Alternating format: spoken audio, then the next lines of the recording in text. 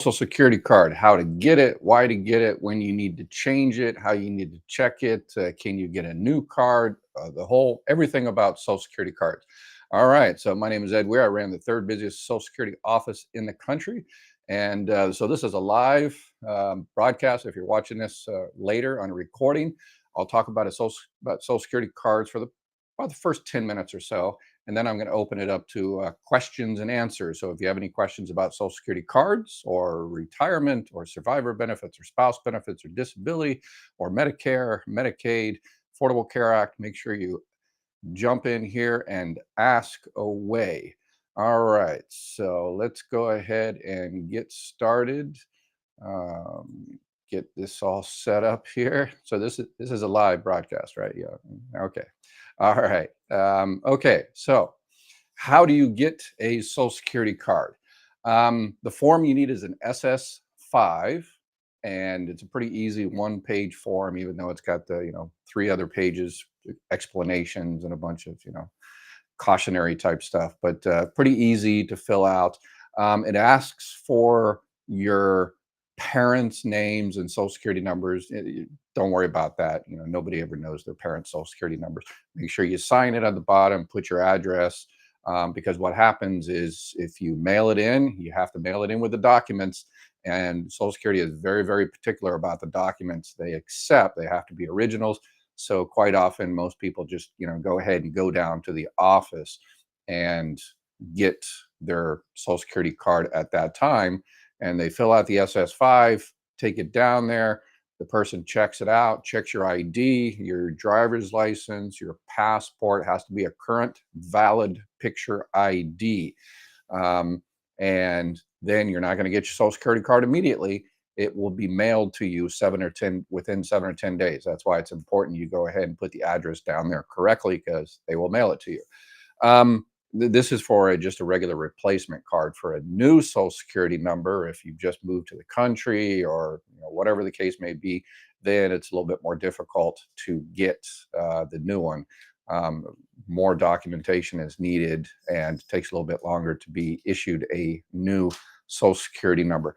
The best way to do it, if we're just talking about a replacement, you just need a new Social Security card. You just lost your card or got all messed up or something, then you can actually do it online. Most states, how it works, Social Security finally joined the 18th century and started doing this stuff online. So what happens is you go online, and most states do this now. They finally rolled in all the states. I think there might be one or two holdouts. And you fill it out online. And how do they check your ID? Through the state database.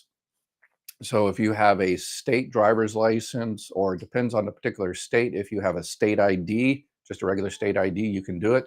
And Social Security computer system talks to the state, essentially the DMV, and they confirm your identity, and they just mail you out a card within 7 to 10 days. So very, very easy for most places throughout the country. Just get a replacement. You cannot update your citizenship. You cannot change your name, anything like that with online. For any of that, you have to go to an office. They are also, after 9/11, there was a little bit of um, overreaction, and Social Security Administration set up card centers throughout the country. I ran one of the third busiest Social Security office in the country, and it was actually two offices. We had the district office where we did retirement, SSI, and survivor benefits and all that, and then in the same building we had an actual card center. And nobody in the area could get a card at any other of the Social Security offices. They had to come to the central location, just at Social Security Card Center. There are some out there that are phasing those out. We closed our card center down. But if you're in a place, you have a Social Security office right down the street, but unfortunately way on the over in the town, there's a card center in your particular city. There's not many left. Then you have to go to the card center. You can't go to your local office. And yeah, it's kind of crazy, but hopefully they'll completely shut those things down here. There's some places also that kind of scammy. They try to charge you to get a Social Security card, and they're just basically charging you for the application. which you can download for free. And, $30 or $35, some places are charging you for a Social Security, application. So don't do it. It's a waste. Um, just download it yourself. You have to present ID, so nobody can do it for you. Um, Name changes. So you have to update your Social Security card when you change your name. So if you get married, you have to change it. If you get divorced and go back to your previous name, you have to change it. Citizenship, it's not a name change, but some people change their name when they become U.S. citizens. And you also have to update when you become a U.S. citizen, naturalized citizen, then you have to update your Social Security card as well. You don't have to. Um, in our office, we used to actually go down to naturalization ceremonies, set up a little table there and say, well, congratulations to be a U.S. citizen. Let's go ahead and update your Social Security card with a U.S. citizenship. In terms of documentation for marriage, you just need your marriage certificate, something to show the linkage that you are the same person on the marriage. Not the license, but it has to be the certificate that you actually went through the marriage. And it has to be the original document, the raised seal, same thing on the divorce with the raised seal. On the divorce, it should say on there that you want to go back to your previous, name. And again, that has to be the original. Social Security always wants original documents, and they won't take it from you for a Social Security card.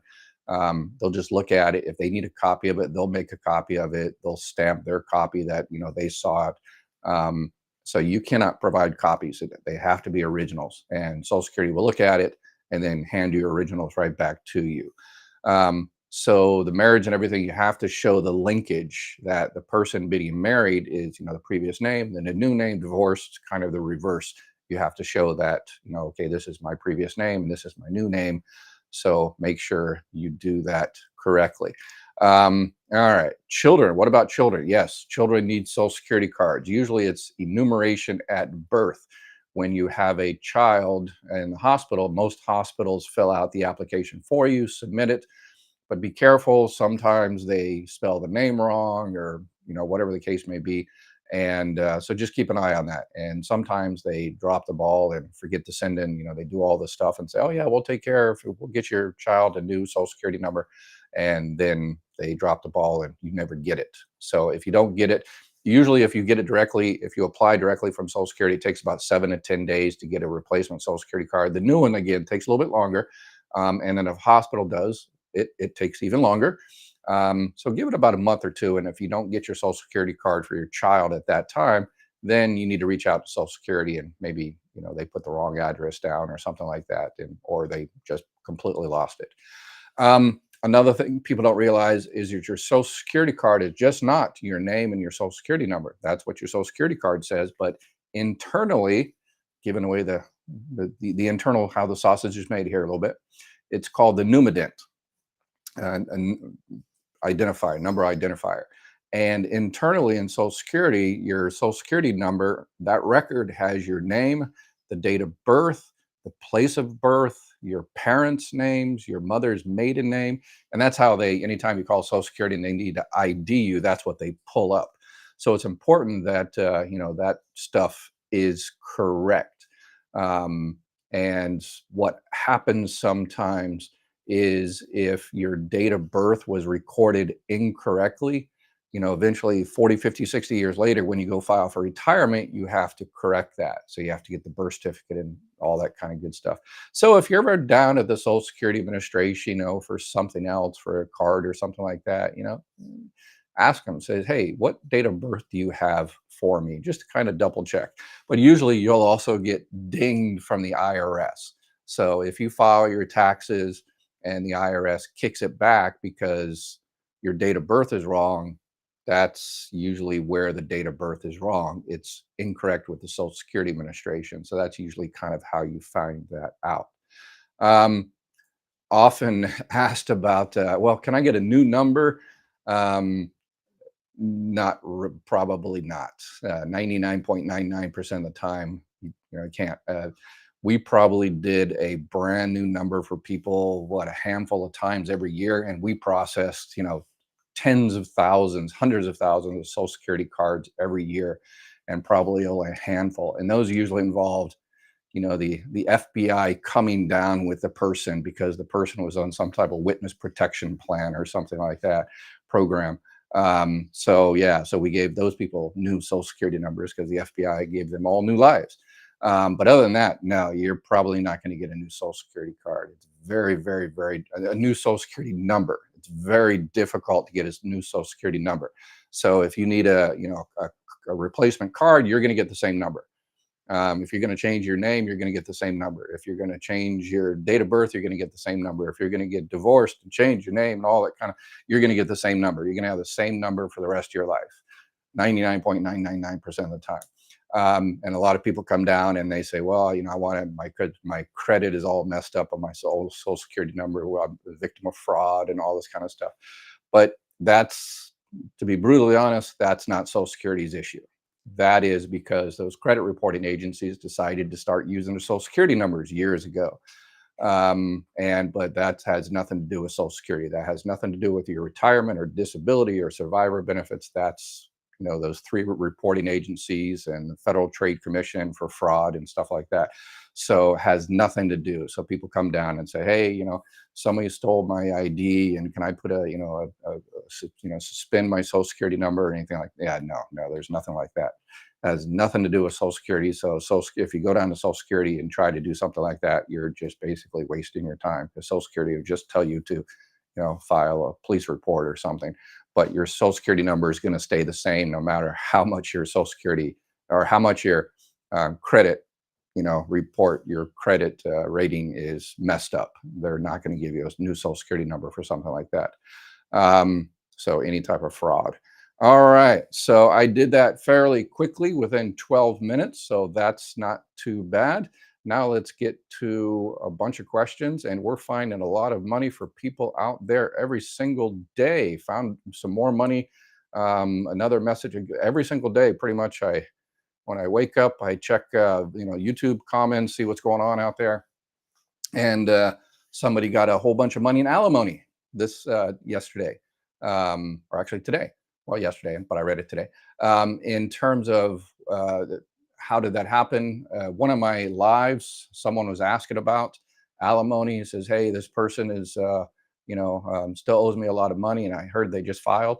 And I said, well, that your ex, I think it was actually child support. Whether it doesn't matter. You can get either one.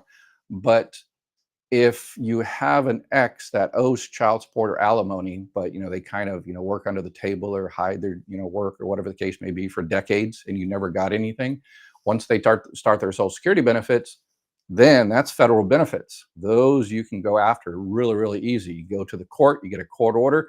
The court sends a garnishment order to the Social Security Administration. We had one person in our office. That's pretty much what they did all day was garnishment orders, start, stop, change. And the person was able to get their money. So they were very, very happy. Now they can, pay their bills on a monthly basis. So we're finding tons of money, or y'all are finding tons of money because I'm just doing these videos and y'all are the ones that are sharing them. So it's all y'all.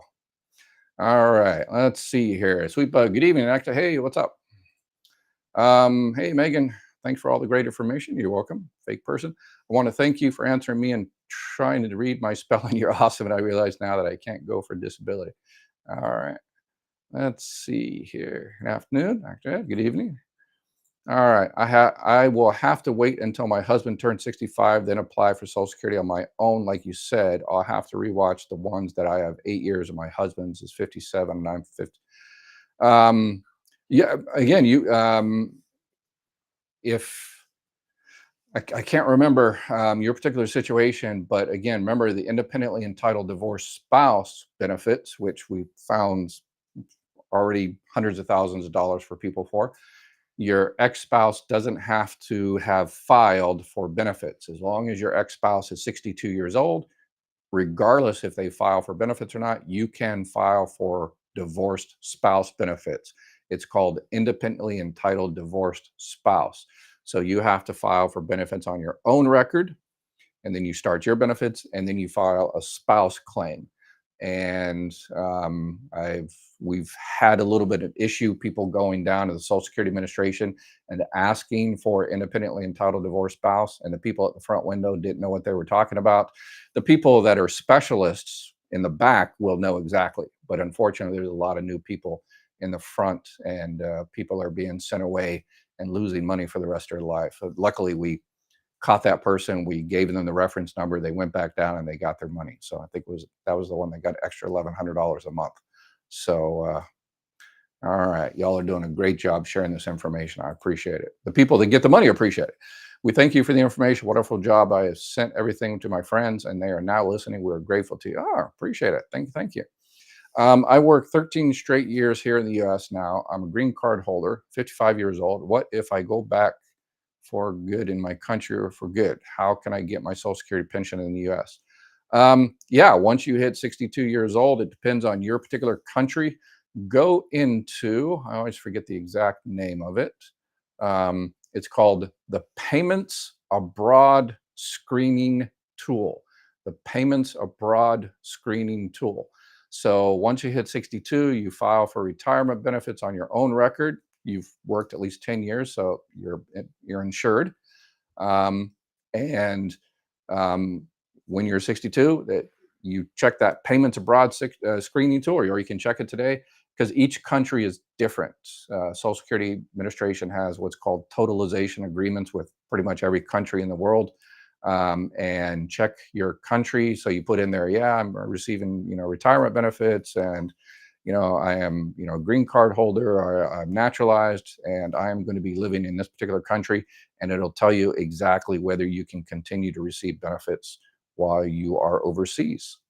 So if you're a U.S. citizen, yeah, there's a whole bunch of U.S. citizens overseas in the Philippines and, Portugal and everywhere. So it's usually not a problem for U.S. citizens. The only place you can't live is in North Korea or Cuba. Do a parent being a child payee and the money goes on a card each month, do they need to be in the same home to receive the check if the child is with an aunt temporarily? No. As long as there's nobody complains, and the child gets the money, it's used for the child's welfare. Social Security, usually doesn't care. Social Security, those representative payee reports, I just did a video on that about a week or so ago. A lot of people kind of are paranoid when they get those payee reports. Basically, what it is, if people don't know, if you have something like a child can't take care of their own benefits, or you have, a parent or something that just, physically, mentally can't take care of their own benefits, then you can go to Social Security and be appointed the representative payee. So you can take care of those person's benefits for them. And then what happens is every year, Social Security sent you a payee report that says, okay, hey, we sent you, $24,000 last year for this child's welfare. What did you do with it? And you just put down there, roof over their head, food in their mouth, and bottom of a PlayStation, whatever. And that's good. You don't need to itemize it or freak out. If you're the natural parent, then it's no issue whatsoever. What's usually the Social Security kind of looks out for is, when the children are not being taken care of, or one of the spouses complains, and then Social Security has to check. And yeah, but if you're using the benefits for the child's welfare, then yeah, it's pretty easy. The Social Security card is as important as your birth certificate. I keep mine in my safe with my birth certificate. Yeah, yes. Oh, that's one thing. And I should have mentioned in terms of IDs. Yeah, the documents needed to get a Social Security card, but they're so complex, and so many different variables. But a birth certificate is not ID. Some people come down and they lose their ID, and they're trying to get everything back, their driver's license. They come down with a birth certificate. And in most states, anybody can get your birth certificate. It doesn't have your current picture on there or anything. So a birth certificate alone is not ID. So I could be, I can get Elvis Presley's birth certificate, and I ain't no Elvis Presley. So when I turn 65, I am required to go on Medicare, but my wife will be 64, and I will keep her on my insurance. If I take my insurance with just Medicare, can I take Medigap G or N when I turn 66? If I take my with just my, yeah. So if you have health insurance from work, then your wife is good and you're good, and that's one of the exceptions. Um, yeah, so if you have health insurance from current work, then you don't have to sign up for Medicare Part A or Part B or get a Medicare Advantage or a Medicare supplement plan. Once you stop working and stop receiving health insurance from work, then you legally have 8 months to sign up, and there's no penalties whatsoever. Let's see. So yeah, but you asked if I take my insurance with just Medicare, can I take Medigap when I turn 66? Um, if you're healthy, yes. I'm trying to read between the lines here a little bit. So if if you just take Medicare Part A, yes, no problem. So um, to be guaranteed issue with a Medicare supplement, you have to be 65, and so anybody can get a Medicare supplement, no health underwriting at 65.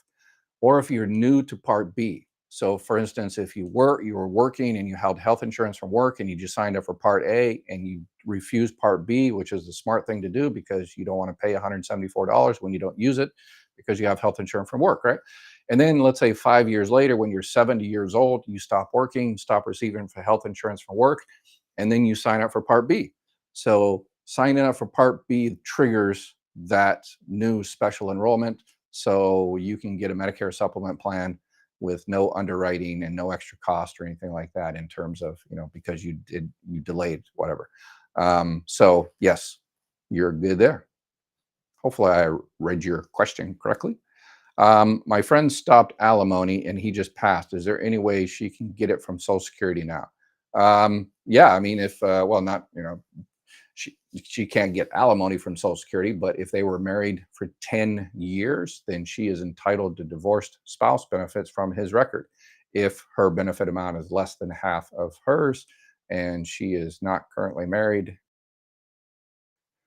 happily married, believe it or not. So I don't know what to do when we're not divorced. Not sure. So what do I do when he turns 62?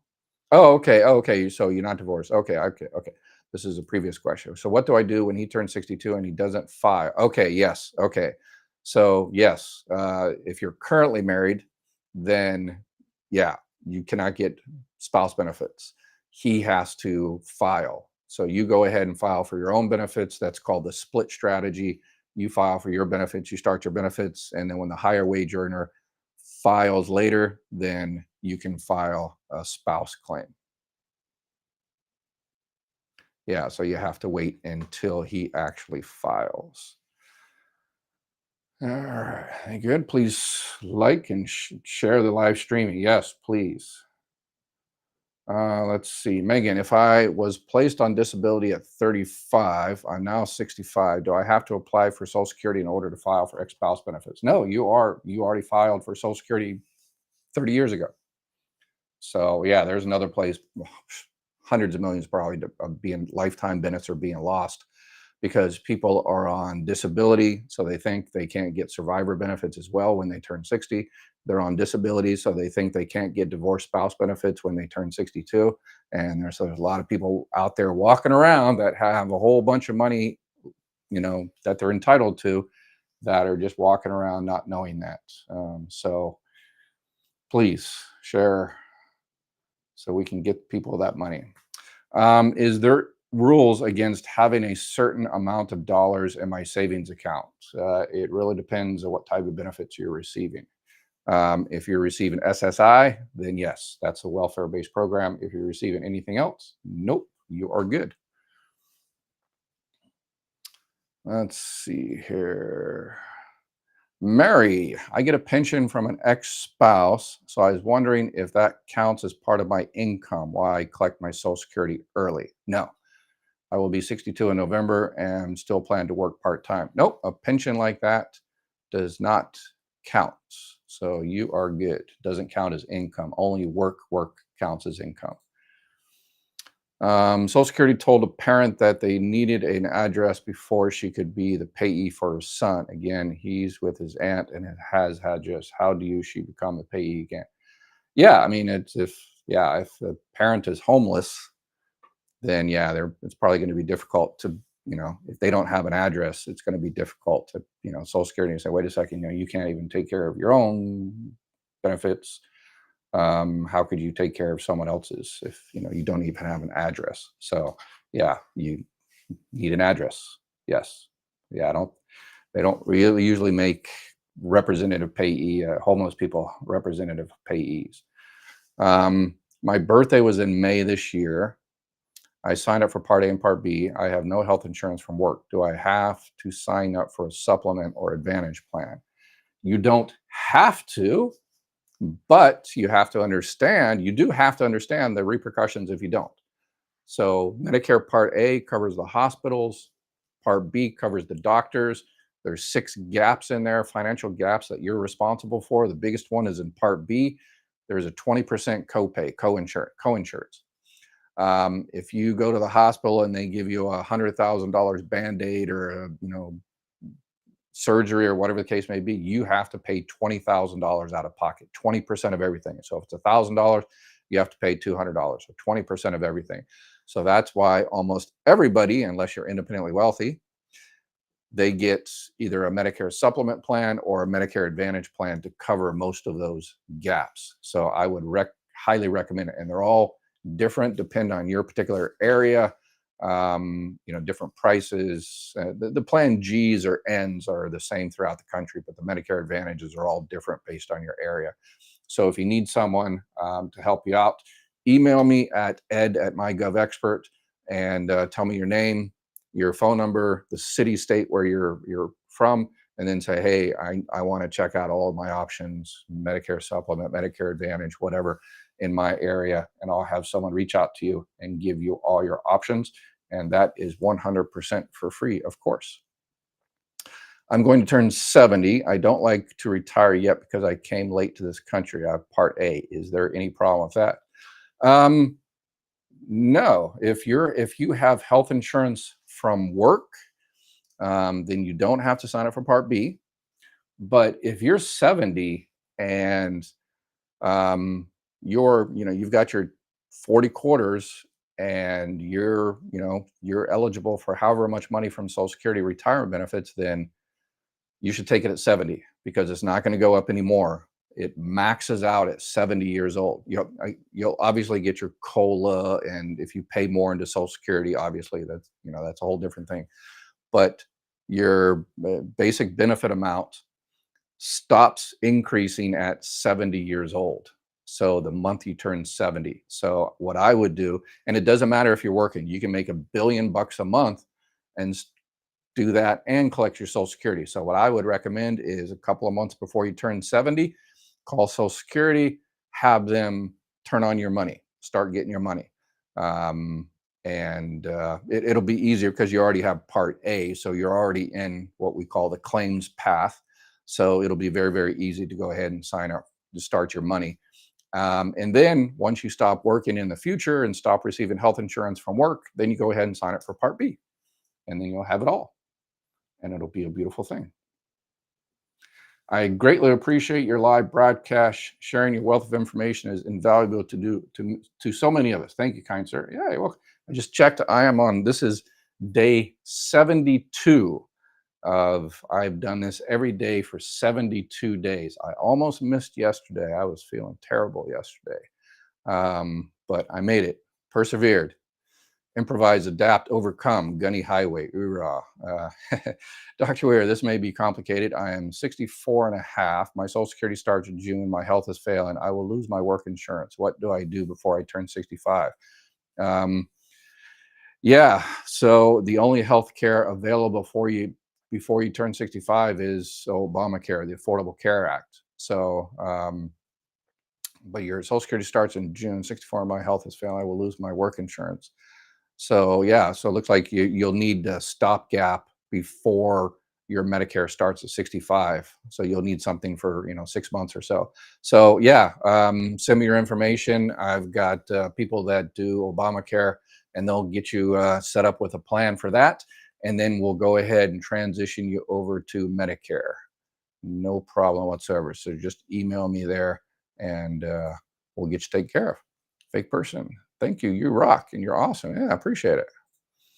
The job I have is too much for me to deal with daily. Yeah, I've been there and done that. Um, let's see. I am on SSD, Social Security Disability Insurance, at 62. When is a good idea to draw a pension from my past job? Yeah, whenever. Yeah, um, yep, that's completely on you. Let's see. How can my, because it's not going to affect your Social Security benefits at all. So if that's maybe what you're asking, yeah, a pension from a previous job, if you're on Social Security Disability Insurance, doesn't affect anything at all. So unless you didn't pay into Social Security at that time. If you worked for a governmental agency, a state, local, city governmental agency that didn't pay into Social Security, then it's going to affect your benefits. But if not, then you're good. How can my brother qualify for dual coverage, Medicare and Medicaid? He is very ill. Yeah, so dual coverage. Please get the word out there. A lot of people don't realize that you can have, um, SSI and SSDI. You can have Medicare and Medicaid. You can have disability and survivor benefits. Dual cover. You can have so many different, and people just don't realize it, and they're just losing so much money. So okay, so number one, thank you for taking care of your family there, your brother. That's awesome. That's what we like. So if your brother, in order to get Medicare, he has to be receiving Social Security Disability Insurance. And then after receiving SSDI for 2 years, they go ahead and set him up with Medicare. And then in order to get Medicaid, you have to go down to the state and apply for Medicaid. And at that time, you say, hey, I have Medicare. I want you to pay for my Part B premium. And depending on your state and everything, they just might pay your Part B premium. I just did a video on this called the Medicare Savings Program. And then you'll have Medicare and Medicaid. And if you have the upper levels of Medicaid, then you're eligible for a Medicare Advantage dual eligible plan, which is the ones I recommend if you have Medicare and Medicaid. Those are the ones that usually have the most benefits depending on your particular area. Those grocery cards and flex cards, and they're available different places throughout the country. So yeah, if your brother has Medicare and Medicaid, email me. On the front page, you'll see my phone number and email address. So just email me, and have him email me. Actually, probably better. And say, hey, my name is this, and I'm in this state, and I'm looking for a dual eligible plan, and we'll see what's available in his area, and we'll get you all checked out. Hello, what means the letters A, B, etc. on the SSA plans? So yeah, you're probably talking about A and B in terms of Medicare. So Medicare Part A covers the hospitals, Part B covers your doctors. And then there's, which I don't like, Medicare Part C. I don't think they should call it Part C because it sounds like it's part of the government. But Part C is those Medicare Advantage plans. And then you got Part D, which is the prescription drug plans. And then you got one proposal out there, Medicare Part E, which I kind of like. It's Medicare for everyone. But what benefits are available for a 20-year-old with autism? SSI disability, so supplemental security income disability benefits, absolutely have them file for that. If one of their parents is receiving retirement or disability, and the child's under 20 years old, 22, then they can file for what's called a disabled adult child or child benefits under the parent's record. So yes, call up Social Security and set up an appointment for SSI at the very least. And if one of the parents is receiving benefits, then a child benefit, child disability benefit. My ex-husband and his exes and sisters need tech help for his employer and life. Yeah. I'm just reading these. I'm supposed to receive widow's benefits, but they're withholding payments because of my income. Okay. Yeah. Yep. So if you're filing early, under your full retirement age, you still have to stay under the annual earnings limit. So if you're receiving early retirement, early spouse benefits, early survivor benefits, under your full retirement age, yes, they will hold back. They will hold back $1 for every $2 you go over the annual earnings limit, which is this year, it's $22,320. All right. Mama Deb. Hey, Mama Deb, I haven't seen you in a while. I received a $2,000 referral bonus on my check for referring a friend for a job. Is that considered earned income? Um, on my check, does it count against my earnings limit since I'm 64? Yeah, I'm not sure about on your check. So if that's something you do as a regular part of your job, then probably. But if it's just something, yeah, yeah, referral bonus. So that sounds like it's part of your regular income. So that just might. But if it's completely something else that, you referred someone and they bought a car and the car dealership gave you, money, then yeah, that's not your job. Unless that is your job, is to, what they call that, bird dog. um, I thought one had to be 70 for 30 days before applying in order to get the age 70. Wow. Or can one file 3 months prior to turning 70 to get the age 70 amount? No, yeah, no, you can schedule an appointment and do it, a couple, 3 months before you turn 70. And you just start your benefits starting the month you turn 70 years old, because that's when your money maxes out. Kim turned 65 in December. Want to start MC January 1st. When do I sign up for both Part A and Part B? Dropping the work insurance. Have discontinued the HSA. Wow, you're doing everything awesome. So yeah, a couple of months. Turning 65 in December. So when do you sign up for Part A and Part B? If you want to start everything in January, then around October, November, yeah, then sign up at that time. And I was just reading that the new commissioner is supposed to have, if for Medicare only claims, they've instituted some new thing where it takes like super easy to do. So it sounds like the new commissioner is actually kind of doing something to make things easier. But yeah, 1 or 2, 3 months before. And if you're already receiving benefits, it'll be super easy. Um, if you're already receiving benefits, then you don't have to do anything. You don't have to sign up because it'll come automatically. But it sounds like you're not receiving money benefits, so therefore you have to go ahead and sign up for Medicare. And then later on, when you want to sign up for money benefits, then you have to do another application. If I decide to collect spouse divorce, will I lose my insurance from welfare? It depends how much you receive. Welfare is a means tested system. So if it turns out you're going to get $2,000 from a spouse, then yeah, welfare is going to look at that and say, hey. But you have to remember that Social Security, or excuse me, welfare, they know if you're eligible for benefits.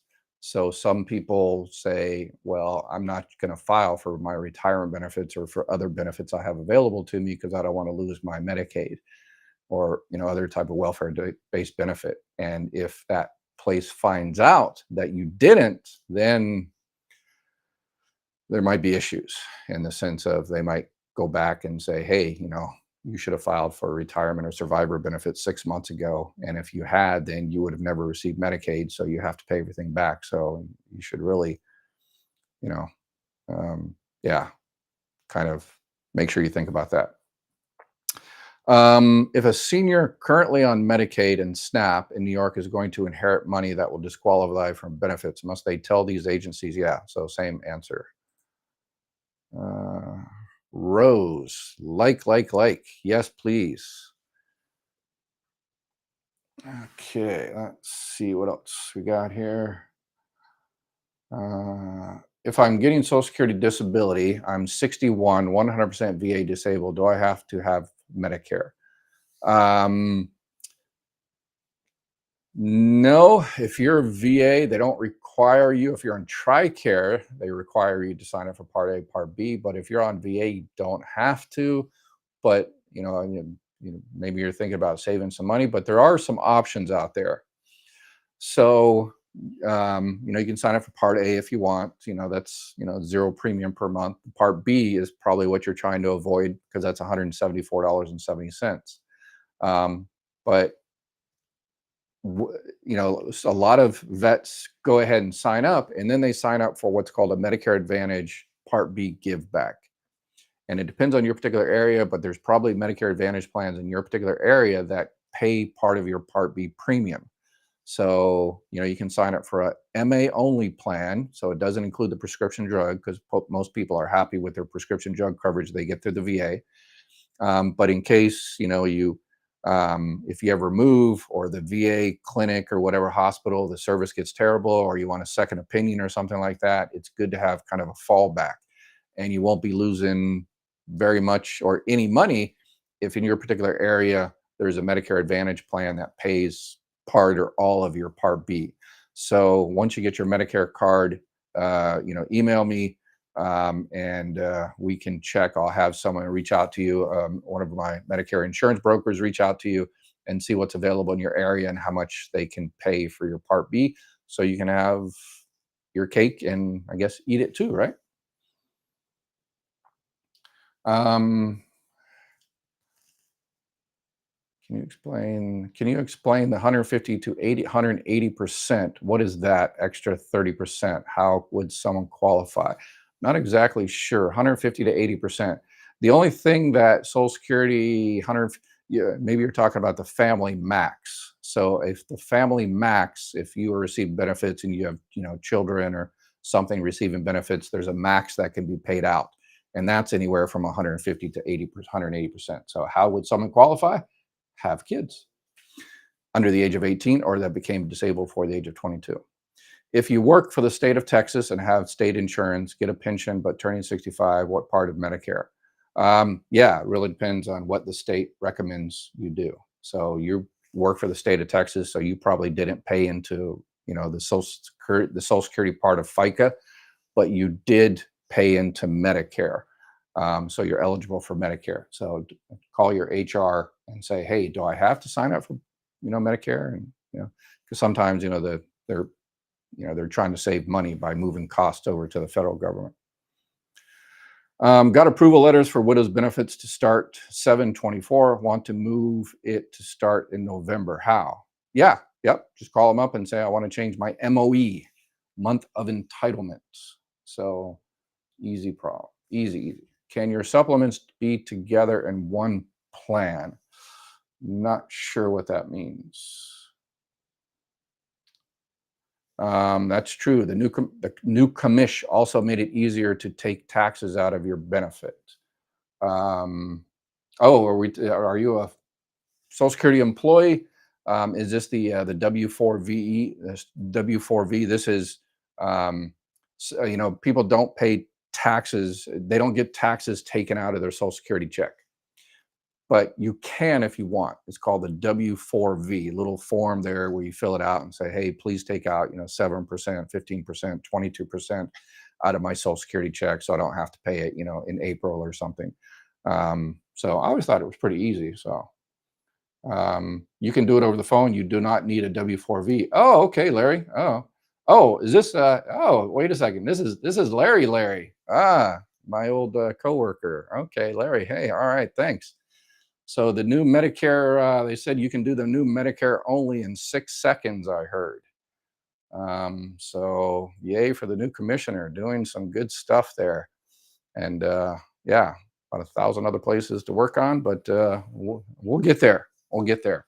As long as everybody out there starts poking their politicians with a sharp stick. And the best way to do it is not go national. All politics are local. So if you have to wait, 6 months, 9 months, a year to get your disability claimed, call your local politician, your federal politician, and say, hey, it took me, a year, 2 years to get my disability claim. What's going on with that? Why do I have to wait, 3 hours to get into the office? Why can't get an appointment within a few weeks? I have to wait 2 months to get an appointment. Why don't Social Security office pick up the phones? Everybody harass your federal state, you're not your federal House representatives, the guys that go to, the guys and gals that go to Washington, harass them and say, hey, the whole trust and, solvency of Social Security, yeah. But your local office sucks. The office in your district sucks. And here's why it sucks. And what are you doing about it? If everybody in the country did that, I could retire again. And the customer service would be so much better and people would get the answers they need. So if y'all do that, then you will never see me again. You won't need me. Or is it possible to keep my work insurance and use Medicare or Part B as a secondary insurance to what my work won't pay? They only cover 80%. Yes, that is a you need to contact your insurance company and whether they're cool with that. But yeah, that's what some people do. Is if their health insurance from work is just not that great, they go ahead and cancel it and get Medicare alone, even though they do technically have health insurance from work, or they second payer, first payer, and all that kind of good stuff. So yes. Does welfare always count SSDI as income, or is there an exemption? It depends on the state. I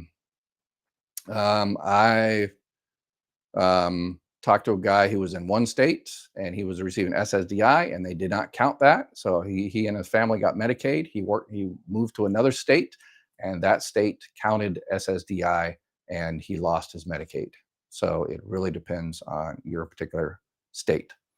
If I have Part A and Part B insurance and I apply for spouse divorce, will I lose my insurance? Nope, not at all. All right, let's see if anything Larry Zen said anything else here. All right. One of the greatest employees is Social Security, retired. Well, he wanted to retire from the Air Force, but they had that early out, and I guess they were kicking people out, and they were trying to downsize the Air Force, and so one of the nicest guys you'll ever meet.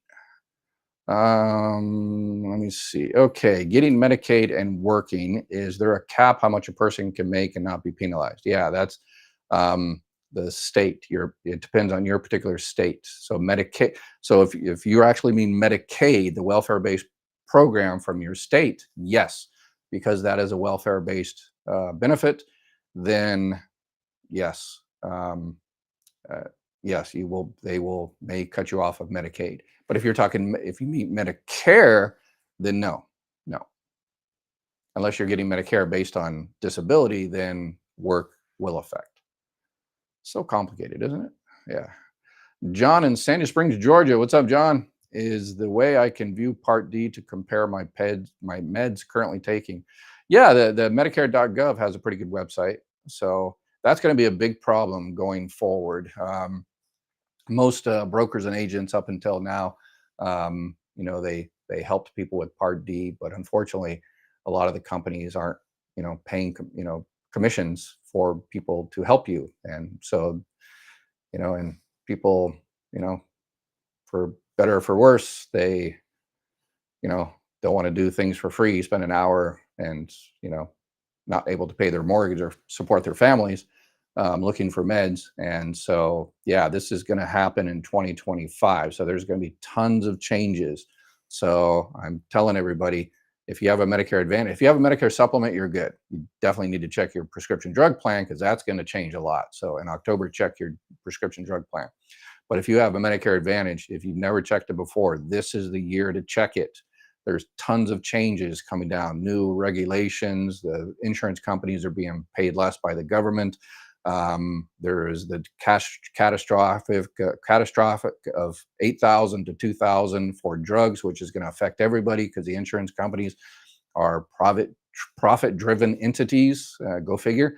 And they're going to need their yacht to go to Monaco, the CEO. So they're going to need your money. So I just did a video on this. It's called the beginning of the end of Medicare Advantage as we know it. Is it a lot of the extra benefits? So it's going to be, they're pulling out of a lot of areas. So if the companies say, hey, we're just not making enough money in this particular area, they're just going to pull out completely. So it's going to be giant this October. So if you have an agent or broker, I always recommend brokers that and trust, make sure you reach out to them in October. If you don't, email me and say, hey, Ed, I'm good now, but put me on the list for October when the new plans come out. And then in October, we'll check to see if your plan, if there's any major changes or if there's a better plan in your particular area. And then we'll give you those options and you decide what you want to do. And that service is 100% free. No, you don't have to pay anything for that. I'm really surprised how fast my SSI hearing got scheduled, 100 days from time of request. They are really moving fast now. Wow, wow. Yeah, I just did a video on that in Savannah, Georgia. I think was the worst in the country, like 22 months. But yeah, there's some places that are quicker. So 100 days. Wow, that's awesome. Good to hear that. Thanks for the heads up on that. Oh, somebody just asked on how long have do I wait for a judge to set up a hearing? Well, if you live in the same area Just Me does, he just got one for 100 days. So that's pretty awesome. But each area is completely different, and that's one of the things I have a beef with Social Security. Hopefully, the new commissioner does something. It's workload mobility, where some offices like mine, mine was the third busiest office in the country, but he had other offices in, Idaho that, they had plenty of, capability to do stuff. Offices should share workloads. Yeah, luckily, the guy I work with, Ron, he was awesome on that. So the new commissioner needs to reach out to Ron. Larry knows who he is. He was awesome. So if y'all do everything what Ron tells you to do, then Social Security would be awesome. And I can retire. What is the key word to get the phone calls to stop? Because I turned 65 already on Social Security. Luckily, this is another big change. This is a very good change. I love this change. The whole, do not call lists. That's, it's everybody thought it would be better, but definitely put your number on the do not call list, but it doesn't work all that great.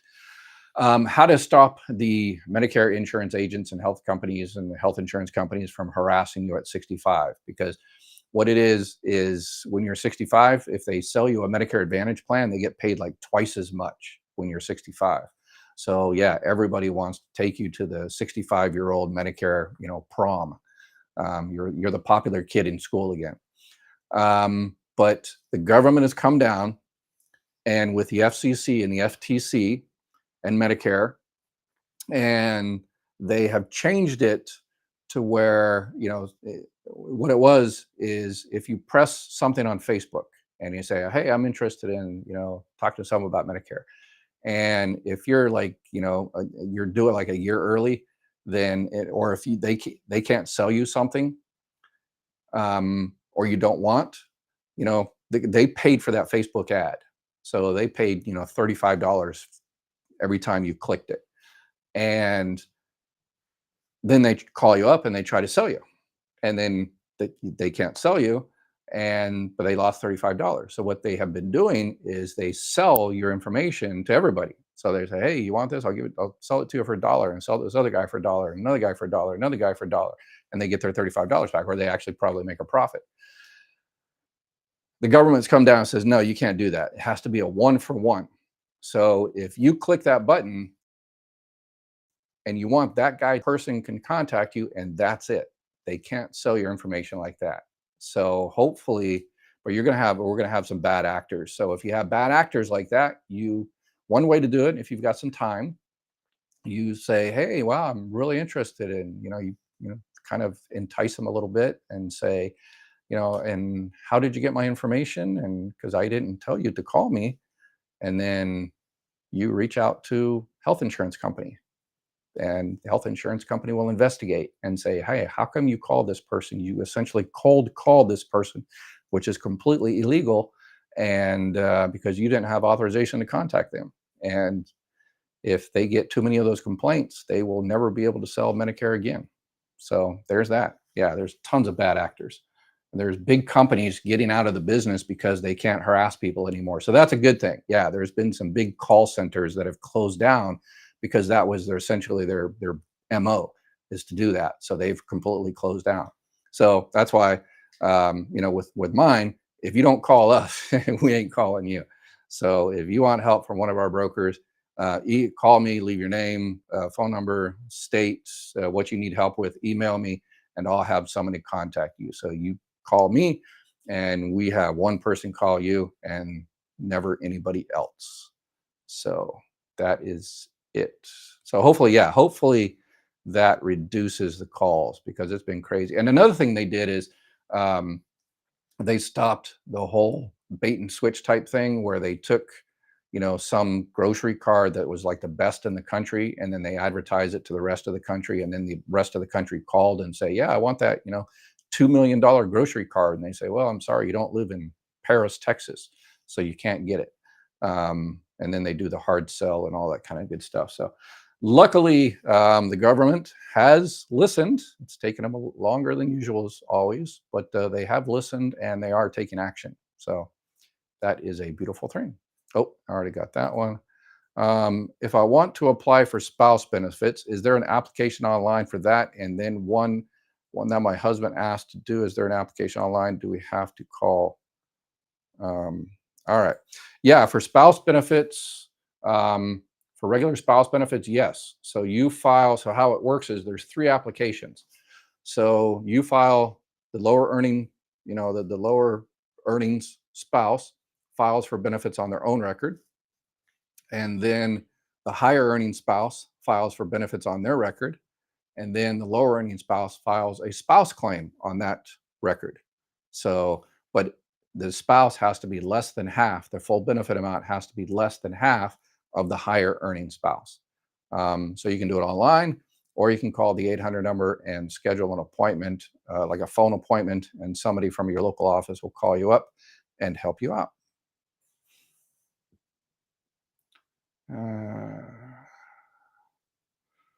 Let's see here. Thank you. What I meant was, if I've been married over 10 years and I apply, will I lose my insurance? Will I be penalized for not filing? Yeah, if you got just regular insurance, it depends where you get your insurance from. If it's Medicaid, then yeah, if you don't get the money you're entitled to, then Medicaid will have an issue with it. But if it's any other type of insurance, you should be good. Yeah, you are good. If a client on Medicaid signs up for an Advantage plan, then later loses Medicaid, I've heard they can get back on regular Medicare and supplement plans with no underwriting, no medical questions. Yes, there is a limited time and stuff like that, but yes, if you lose Medicaid in some states, you can definitely switch back to a regular Medicare Advantage plan. That's what a lot of my team is doing now, because it's part of the Medicaid unwinding, where they're kicking people off of Medicaid. So because they're losing their Medicaid, they're also losing their Medicare Advantage dual eligible plans. So what they need to do is find a regular Medicare Advantage plan, and that's easy, no problem whatsoever. So email me and we can check out what's available in your area. And sometimes, depending on your particular state and everything, and whether you have it based on 65 or a disability, then you might be able to get back into a supplement plan, have original Medicare Part A and Part B, and then get a Medicare supplement plan, G or an N. What is the best Advantage plan you would recommend? Yeah, there is no best. It really depends on your particular area, your doctors, your prescriptions. That's how you check it out, and they change every single year. So even if I knew the best in your particular area, I knew all your doctors and prescriptions and what you needed, I could tell you what was the best for you this year, but it all changes in October when the new plans come out. So because those plans are only good for 1 year. Let's see here. Also, Plan D, will I have to sign on with that if I do Medicare and Part B at the same time, or can I keep my work, vision, dental with work? Yeah, if you do Medicare Part B at the same time, yeah, you will need to do Part D. If you're doing a Medicare supplement, then you'll need Part D. If you're doing a Medicare Advantage, most of the Medicare Advantage plans have Part D wrapped up in there.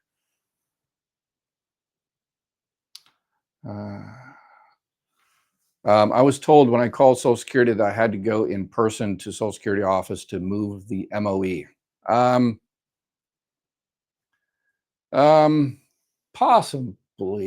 Yeah, it sounds like maybe your claim has already been adjudicated. If it hasn't been adjudicated, they haven't pushed the button yet, then it's an easy change. But yeah, they might have to have you sign some paperwork changing, or maybe, yeah, they'll probably have to, if it's already been sent up, then they'll have to have you completely delete it, withdraw it, and then do the whole thing over again. So yeah, that might be the case. If I apply for Social Security benefits and get a job afterwards, will that affect my benefits? All right. So it depends on what type of Social Security benefits we're talking about. Let's assume you're talking about retirement, and let's assume you're talking about early retirement benefits.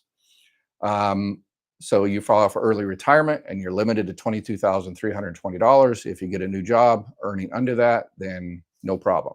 If you're going to earn over that, then Social Security is going to hold about $1 for every $2 you go over you're over um, the annual earnings limit.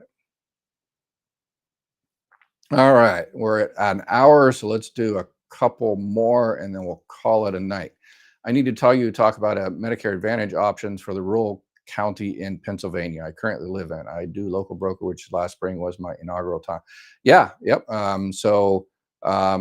Email me, call, and I'll have one of my Medicare insurance brokers reach out to you and go over all your options. Megan, I told them not to call me and they stopped. Yay, mail the yeah. But yeah, you're only telling one person, but that person's okay, I'm not gonna call you. And hey, Mike, do you want to buy this information? She sounds like she's gonna be able to buy it. And oh yeah, I'll buy that lead. Yeah. So how can Medicare.com eHealth keep using that website? Yeah, yeah, they passed a law. I think those are all going to change. So all the Medicare insurance companies, the brokers, and Medicare this and Medicare that, they can't use the name anymore. They just changed the regulation to where, yeah, you can't use a picture of a Social Security card. You can't use the Medicare name in your name. So no more Medicare University and Medicare.com. So, but that's slowly what's going to happen is I think how it's going to happen is the federal government is not necessarily coming down, but the states. So when that particular company goes back to relicense in like Florida says, yeah, you can't use that name anymore. And then that slowly, hopefully those, yeah, because people are thinking that when they call, Medicare.com, that's the government, but it's not. Or they call Medicare University, and that's part of the government. It ain't. These are private companies that are using the name Medicare. So that's why I was very, when I decided on my name, I didn't want to use Medicare or Social Security Administration or anything. I just used my government expert. So, all right, that is it for tonight. I apologize if I didn't get to your question, but this is day 72. I will be back day 73, willing. So if I missed your question today, make sure you join me tomorrow and ask it first thing, and I will be able to get to your question and answer it. And y'all have yourself an awesome night. Take care.